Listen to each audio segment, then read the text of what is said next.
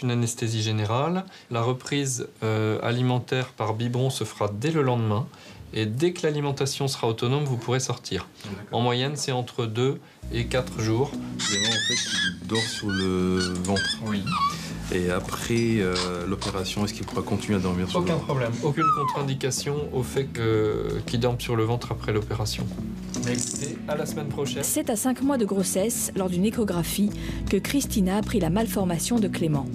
L'échographe l'a vu tout de suite, hein, elle nous a dit il y a une petite anomalie. Alors ça a été subtilement dit et voilà, l'annonce n'a pas été évidente. Le lendemain matin, on a fait notre première échographie en 3D. Après, c'est suivi la myosynthèse la semaine d'après. Voilà, en l'espace de 15 jours, on était fixés. Et je ne sais pas si j'aurais vécu la fin de ma grossesse aussi facilement sans avoir été aussi bien pris en charge. Retour au bloc opératoire où les anesthésistes suivent un protocole particulièrement adapté aux nouveau-nés. Installé sur une couverture chauffée par air pulsé, on maintient la température de Kylian et son confort. Intubé, l'enfant respire artificiellement pendant l'intervention. Donc on prend de très importantes précautions pour ne pas se retrouver à coller les champs directement sur la peau de l'enfant parce que la peau d'un nourrisson est extrêmement fragile. Vous voyez que dans le champ opératoire, c'est fondamental pour moi d'avoir la totalité du visage de façon à avoir un meilleur contrôle de ce qu'on fait. Donc le premier temps opératoire consiste à réparer simplement le fond du voile du bébé, de Kélian, merci. Et dans un deuxième temps, je m'occuperai de réparer la lèvre et le nez. Le voile, c'est l'ensemble des muscles et de la muqueuse qui couvre le palais et permet d'éviter les fausses routes.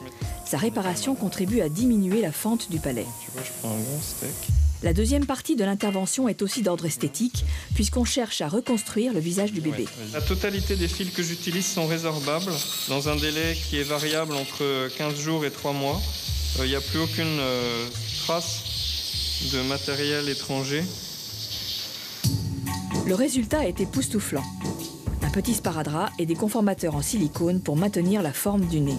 Cela fait 3 heures que les parents de Kylian patientent en salle d'attente. Le chirurgien les informe du bon déroulement de l'opération. Alors, l'opération s'est parfaitement bien passée, comme prévu.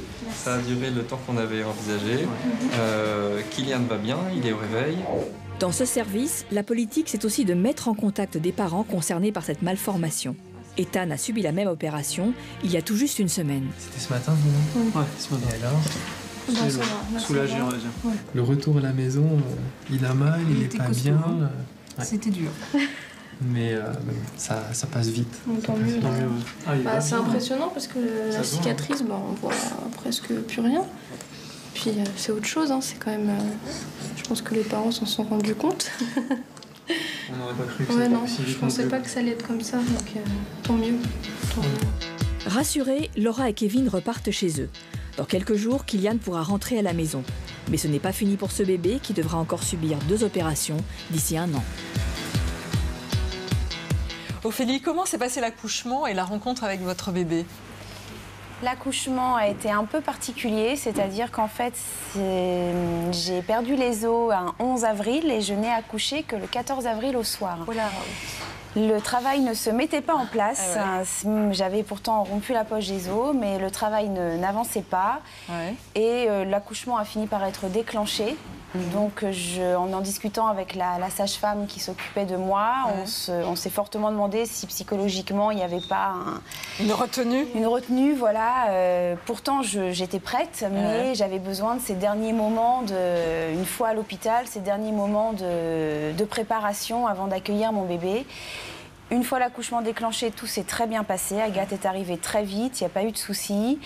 Et la rencontre avec bébé, contrairement à ce que je m'étais imaginé, c'est très bien passé. J'ai eu deux petites minutes de recul. Et encore, même pas par rapport à la vision de son visage, en fait, plus parce que je me suis dit, pauvre petite puce, mais comment on va l'alimenter, comment elle va se débrouiller pour boire. C'était plus ça, en fait, qui m'a inquiétée quand j'ai vu son visage. Ouais. La vision de la fente et puis de sa petite bouille, finalement, ça... C'est pas ça qui vous a C'est pas ça qui m'a frappé. Ouais. Et vous dites que vous aussi, vous avez une relation mais tout à fait privilégiée avec le regard? Alors, mais dès la naissance, il s'est passé quelque chose dans son regard. C'est un bébé qui m'a parlé tout de suite avec les yeux. Et je pense que je n'aurais jamais vécu ça si j'avais pas eu un bébé avec une fente labio-palatine. C'est-à-dire que vraiment, et encore maintenant, pourtant elle est opérée, et encore maintenant, il se passe quelque chose avec ma fille au niveau du regard. Elle a une façon de me regarder, on se parle vraiment avec les yeux. C'est quelque chose de très particulier, de très fort. Et Myriam, justement, comment se construit le lien maman-enfant dans des circonstances pareilles au moment de la naissance? Le regard joue de toute manière dans toute rencontre avec l'enfant. Mais il se trouve que lorsque la mère appréhende de voir le visage de l'enfant, ce qui était peut-être ça qui a un peu retardé votre accouchement, elle ne va pas non plus le regarder de la même manière. Que si elle n'avait pas cette crainte. Et du coup, le regard de l'enfant qui, lui... Bon, l'enfant, il est myope, il voit vaguement à 30 cm, et puis après, ça va se préciser. Et puis, il fixe la racine des cheveux, les sourcils, des morceaux de visage pour pouvoir après les rassembler et reconnaître sa mère rapidement. En fait, c'est une façon de regarder qui est un petit peu particulière. Et ça prend une toute autre signification dans le cas où l'image est problématique. C'est-à-dire, qu'est-ce qu'on veut voir, qu'est-ce qu'on ne veut pas voir, qu'est-ce qu'on va voir au travers de ce qu'on voit, qu'est-ce qu'on va voir plus loin, et qu'est-ce qu'on voit encore de ce qu'on a pu imaginer avant. Donc toute la question des échanges de regards est très très chargée, et on attribue au regard de l'enfant peut-être une signification infiniment plus importante que dans une naissance. Alice, vous avez découvert la malformation de la main de votre fils, donc après sa naissance. Vous dites vous aussi qu'il a fallu l'apprivoiser lors de votre séjour à la maternité. Qu'est-ce que vous voulez dire par là? Il a fallu du temps, donner du temps. Je passais beaucoup de temps à le regarder de la tête aux pieds. J'ai examiné tous les recoins de son corps. Je regardais son petit moignon. J'essayais de l'apprivoiser, ce petit moignon à qui il manquait une main. Pour finir, je l'ai trouvé mignon. Il était mignon comme tout, ce petit moignon. Et aussi, vous l'avez touché, vous l'avez caressé. Oui. Ouais. Et j'étais beaucoup dans l'allaitement. Il était beaucoup donc en peau à peau. Et l'allaitement, au départ, c'était un choix. Et en fait, avec quand j'ai appris cette agénésie, c'est devenu un challenge de le réussir. Je voulais absolument qu'il prenne que mon lait, comme si j'avais l'impression de lui rendre ce que j'avais oublié de lui faire. En l'allaitant, j'avais l'impression de lui donner que du bon, donner de moi, ce qui lui avait manqué pendant la grossesse. Et le regard, c'est ce que vous disiez, c'est un peu en commun là, parce que vous dites qu'il vous a séduit, quoi, en fait. Oui, complètement. Il était souriant. Dès la naissance, c'était un enfant souriant, charmeur, avec moi, mais avec sa grand-mère, avec l'entourage. Il a réussi à charmer tout le monde. Oui, non, mais il nous a bien eu tous, tout à fait. Non.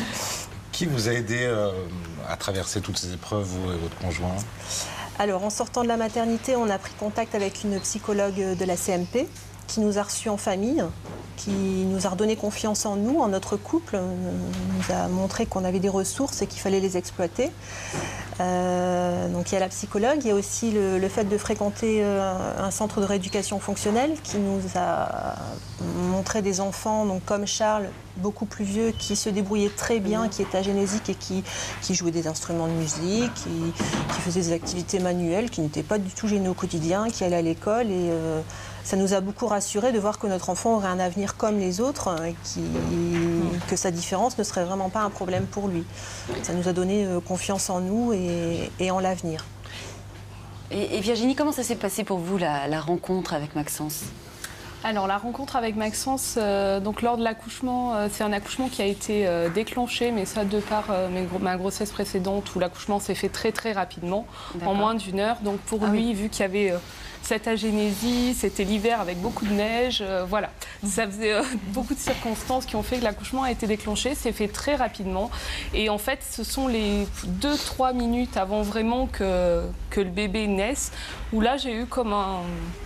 je disais non, je veux pas qu'il naisse, voilà. Je peux pas. Ouais. Et en fait, la gynéco, elle m'a dit, bah non, de toute façon, là, vous y êtes. Lui, il veut venir. Donc voilà. Et en fait, finalement, c'est passé. On me l'a mis tout de suite sur le ventre. Et la première chose que j'ai regardée, c'est pas sa petite main droite, puisqu'on appelle sa petite main. J'ai regardé les pieds, l'autre main, le visage, enfin voilà, un tout. Et je l'ai gardé sur moi un moment et il est tout de suite allé au sein, voilà, tout de suite sur moi. Et puis tout s'est mis en route petit à petit à ce moment-là. Voilà, directement, ouais, normalement. Ophélie, comment votre fille aînée a réagi en découvrant la différence de sa petite sœur? Alors c'était une crainte énorme que j'avais pendant ma grossesse. C'est même ce qui me tracassait le plus à la fin de ma grossesse, la façon dont Laura allait réagir en voyant sa sœur. Et finalement, là encore, alors on l'avait énormément préparé.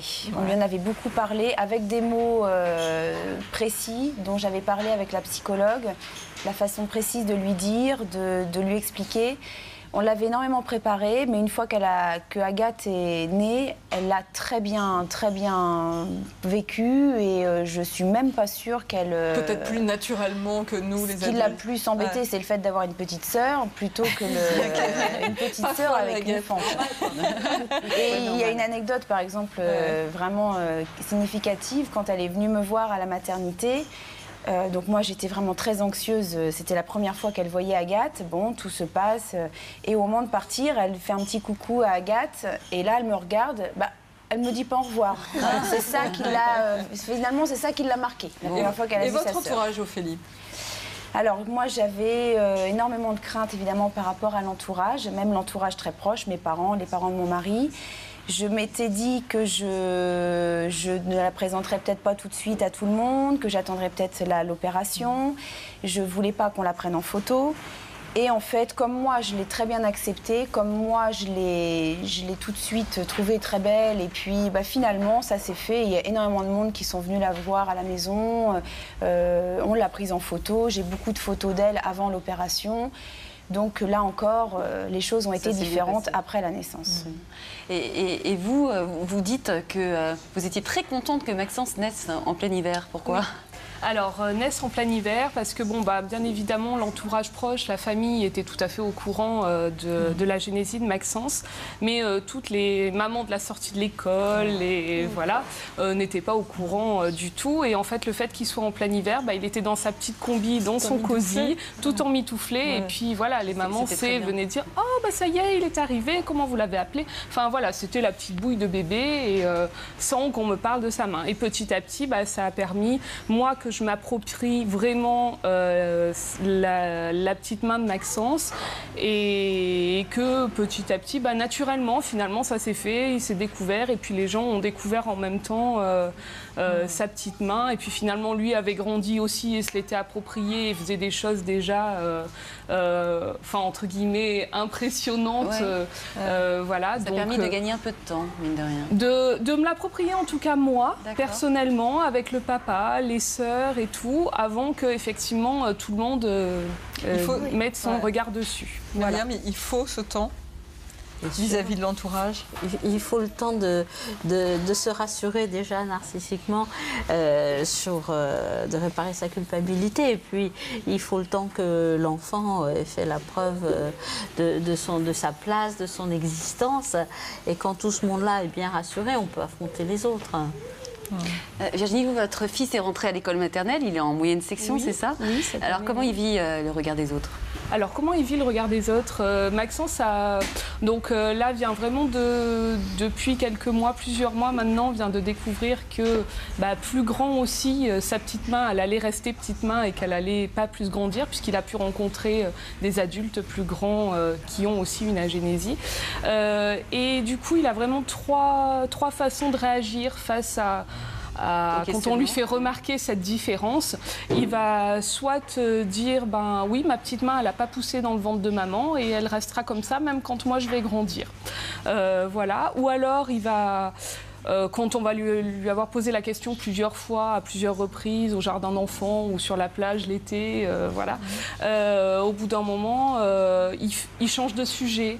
C'est-à-dire que, voilà, il va dire « Regarde mes baskets, maman, elle vient de m'acheter des baskets, regarde comme elle court vite. » Voilà, vraiment, il fait diversion.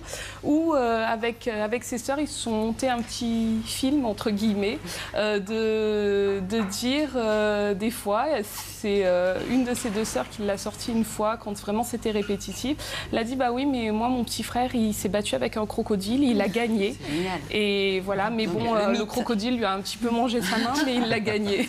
Et voilà, et ça c'est resté. Et de temps en temps, il se le ressort comme ça en petite histoire d'enfant finalement. Et puis ça passe très très bien. Alice et votre fils, comment lui il vit cette différence physique? À l'école, c'est pas du tout un souci pour lui. Donc Charles lui porte une prothèse et parfois on lui pose la question pourquoi il a sa prothèse. Donc sa prothèse elle bouge un peu, donc il est tout fier de montrer qu'il peut ouvrir, fermer, prendre des objets. Donc les enfants sont un peu étonnés de voir ça et il attire, on va dire, les regards de manière positive. Les grands viennent vers lui en disant t'as un enfant du futur, t'as une prothèse qui bouge, t'as un enfant du futur. Donc c'est valorisant et non, c'est pas. Si on lui pose la question de pourquoi il a une petite main ou pareil, il répond ça n'a pas poussé dans le ventre de maman, mais c'est pas grave, je fais autant de bêtises que les autres, il n'y a pas de souci, t'inquiète pas pour ça. Et non, ça lui pose pas de problème. Bon, merci à tous et on continue sur le sujet avec les livres de Nathalie.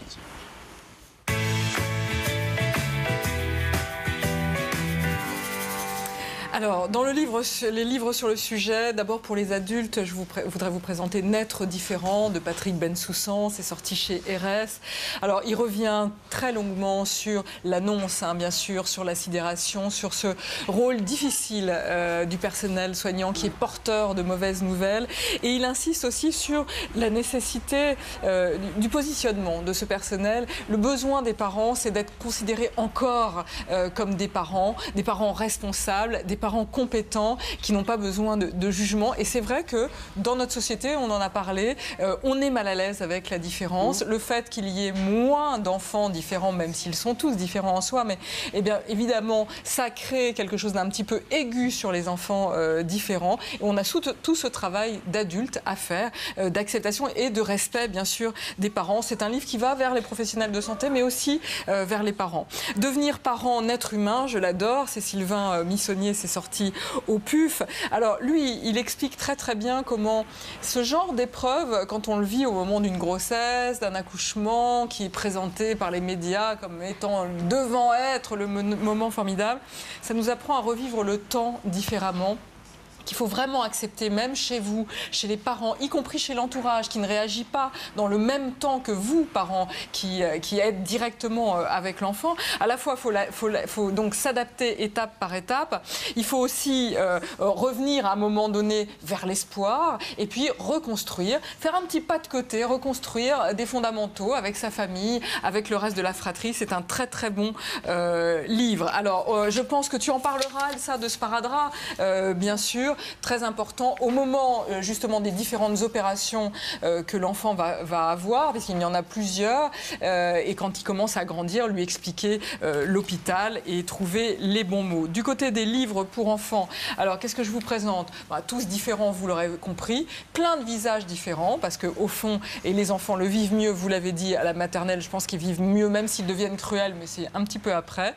Le livre de Todd Parr, c'est Bayard Jeunesse. Il y en a un que j'adore aussi, j'avais dit je vous le présenterai. Alors le bébé de la sorcière, c'est chouette parce que c'est une sorcière qui a un bébé mais qui n'est pas une sorcière. Il est juste trop mignon, il est juste vraiment, elle est toute douce, mais elle se dit mais c'est pas mon enfant, c'est pas un bébé sorcière, ça, c'est pas possible.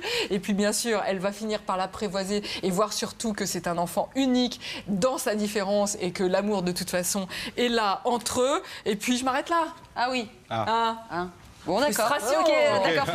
Énorme frustration. On va déjà lire ce que vous nous avez présenté. Merci Nathalie. On passe tout de suite avec Elsa sur le net.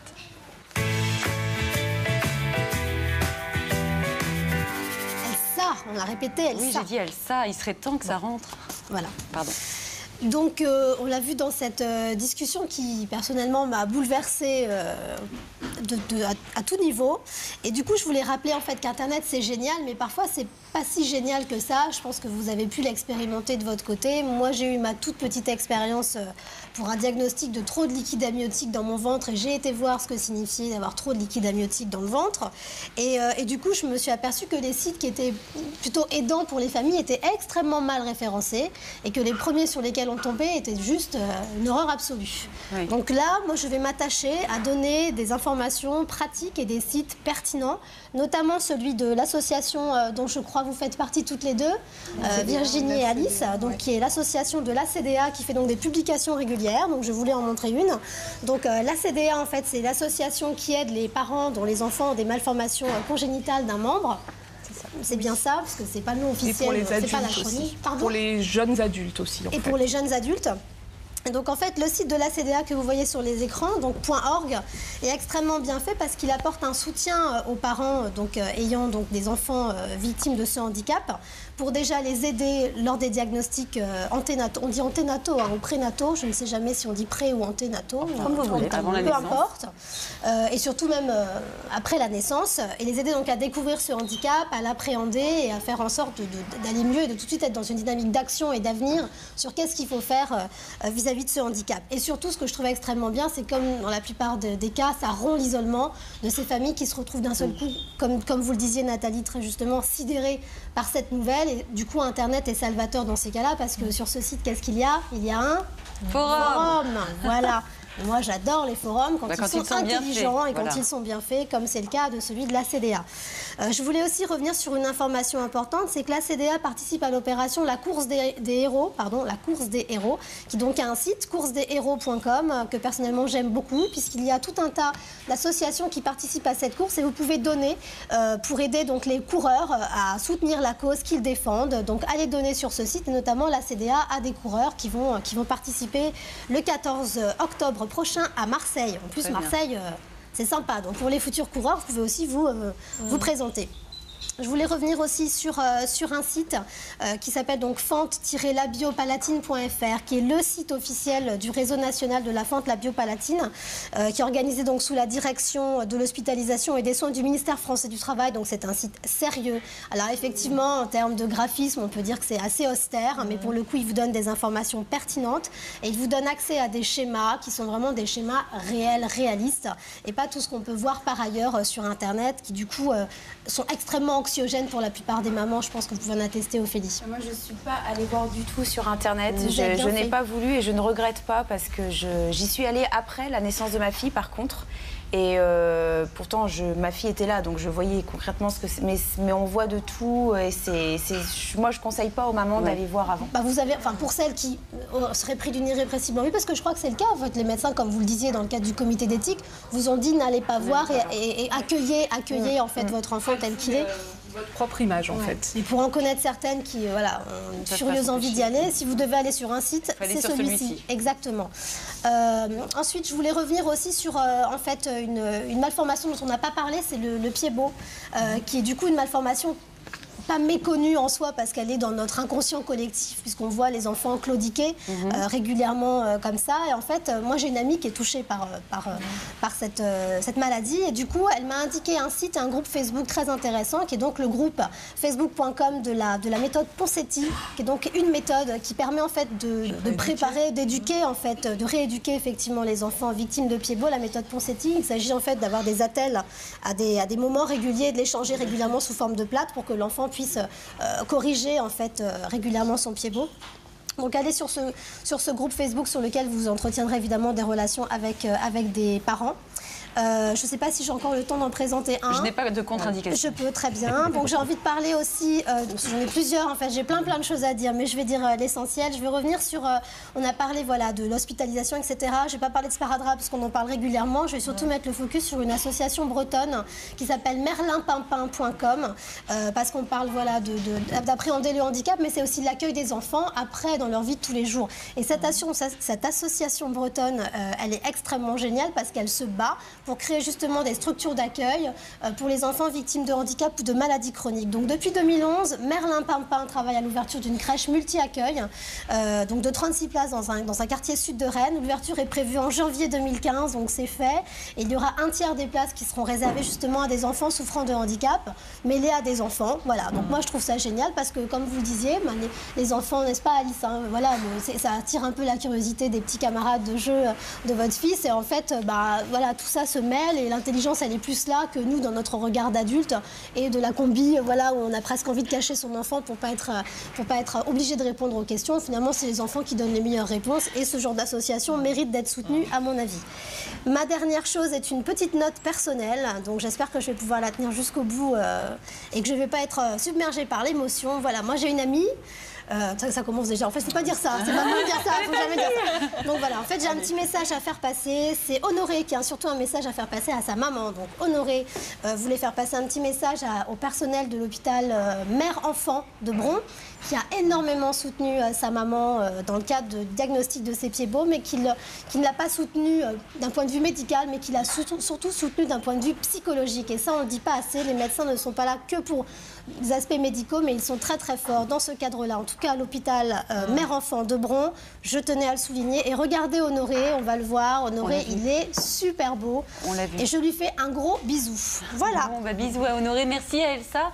Et merci à Jeanne Rey également qui a préparé cette émission. On part en direction des urgences pédiatriques Louis Mourier à Colombes.